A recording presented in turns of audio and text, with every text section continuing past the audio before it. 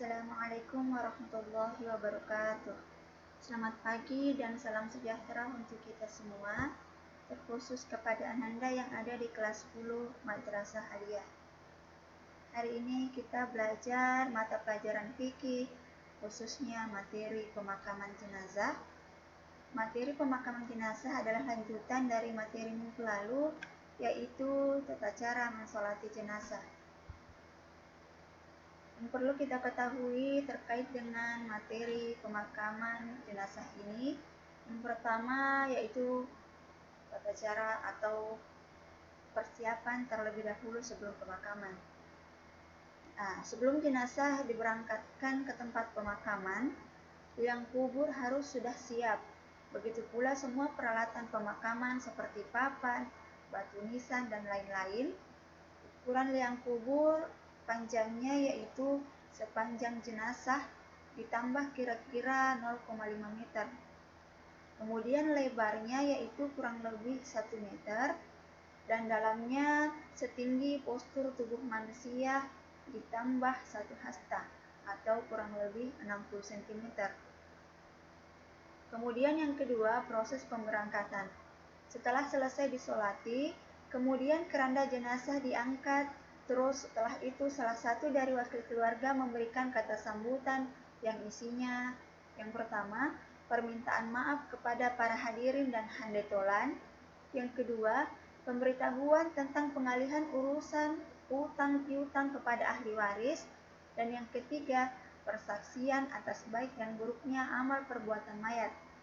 Kemudian yang keempat, sekadar mauidho hasanah. Kemudian yang ketiga, tata cara pengantaran jenazah. Yang pertama, pada dasarnya dalam mengusung jenazah diperbolehkan dengan berbagai cara. Kemudian yang kedua, disunnahkan meletakkan jenazah di keranda dengan diusung 3 atau 4 orang, yakni 1 orang di depan atau 2 orang lain di belakangnya, atau masing-masing 2 orang. Sedangkan pengusung sebaiknya dilakukan oleh orang laki-laki atau jenis kelamin laki-laki. Kemudian yang ketiga, dalam pengusungan jenazah, hendaknya posisi kepala jenazah berada di depan. Yang keempat, pengiring jenazah sebaiknya ada di depan dan dekat dengan jenazah. Yang kelima, mengiring dengan jalan kaki lebih baik daripada berkendaraan. Yang keenam, bagi pengiring disunnahkan berjalan agak cepat. Kemudian yang keempat, proses pemakaman jenazah. Yang pertama, dalam hal penguburan mayat dikenal 2 jenis liang kubur. Yang pertama yaitu liang syak, yaitu liang kuburan yang tengahnya digali seperti menggali sungai. Hal ini diperuntukkan bagi pemakaman yang tanahnya yang gembur. Kemudian yang kedua, liang lahat, yaitu liang kuburan yang sisi sebelah baratnya digali sekira cukup untuk mayat. Hal ini diperuntukkan bagi pemakaman yang tanahnya keras. Kemudian proses yang kedua, dilakukan proses pemakaman. Yang pertama, setelah jenazah sampai di tempat pemakaman, keranda diletakkan di arah posisi kaki mayat. Di Indonesia itu pada arah selatan kubur. Kemudian yang kedua, secara perlahan jenazah dikeluarkan dari keranda, dimulai dari kepalanya, lalu diangkat dalam posisi agak miring dan kepalanya menghadap kiblat. Ketiga, kemudian diserahkan pada orang yang ada di dalam kubur yang sudah siap-siap untuk menguburkannya. Hal ini bisa dilakukan oleh 3 orang. Yang pertama bertugas menerima bagian kepala, orang kedua lambung, dan orang ketiga bagian kaki. Kemudian yang keempat, bagi orang yang menyerahkan jenazah disunnahkan membaca doa, Allahumma ftah abwabas sama'i li ruhihi wa aqrim manzilahu wa wassi'lahu fi qabri. Yang kelima, bagi yang meletakkan disunnahkan membaca doa Bismillahi wa ala millati rasulillahi sallallahu alaihi wasallam.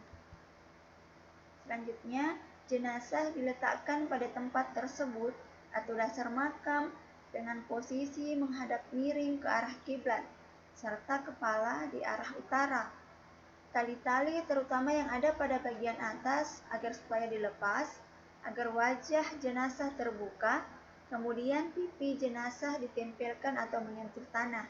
Selanjutnya, pada saat proses pemakaman, setelah liang kubur ditutup dan sebelum ditimbun tanah, bagi pentaksiah atau orang di sekeliling disunatkan dengan kedua tangannya untuk mengambil 3 genggaman tanah bekas penggalian kubur, kemudian menaburkannya ke dalam kubur melalui arah kepala mayat. Pada taburan pertama, disunahkan membaca minha khalaqnakum Allahumma laqinhu indal mas'alati hujjatah. Pada taburan kedua, disunahkan untuk membaca wa fiha na'idukum Allahumma ftah abwabas sama'i liruhihi. Pada taburan ketiga, disunahkan untuk membaca wa minha nukhrijukum taratan ukhra Allahumma jafil arda an jambai. Selanjutnya, salah satu di antara pengiring membaca azan dan iqamah di dalam kubur. Kemudian di atas mayat ditutup dengan papan dan lubang-lubangnya ditutup dengan bata atau tanah.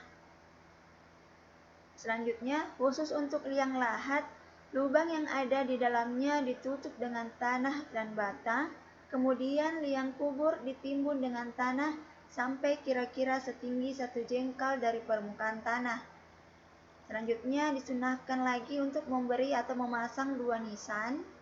Selanjutnya disunatkan menaburkan bunga, memberi minyak wangi, meletakkan kerikil, serta memercikkan air di atas makam. Selanjutnya salah satu wakil keluarga atau orang yang ahli ibadah mentalkin mayat. Bagi orang yang mentalkin duduk dengan posisi menghadap ke timur dan lurus dengan kepala mayat. Dan bagi pentaksiah sebaiknya berdiri. Dalam pembacaan doa talqin ini disunatkan untuk diulang sebanyak 3 kali. Selanjutnya, selesai pentalkinan, pihak keluarga dan pentaksiah sebaiknya tidak bergegas untuk pulang.